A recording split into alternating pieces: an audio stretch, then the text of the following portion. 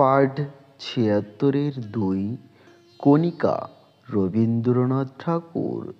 গৃহভেদ আম্র কহে একদিন হে মাকাল ভাই, অছিনু বনের মাঝে সমান সভায় মানুষ লইয়া এলো, আপনার রুচি মূল্যভেদ শুরু হলো, সাম্য গেল ঘুচি।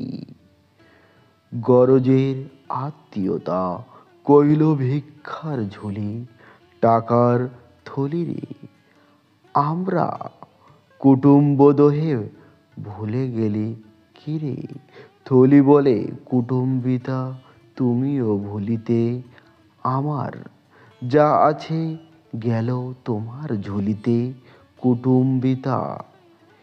কেরোসিন শিখা বলে মাটির প্রদীপে, ভাই বলে ডাকো যদি দেব গলা টিপে।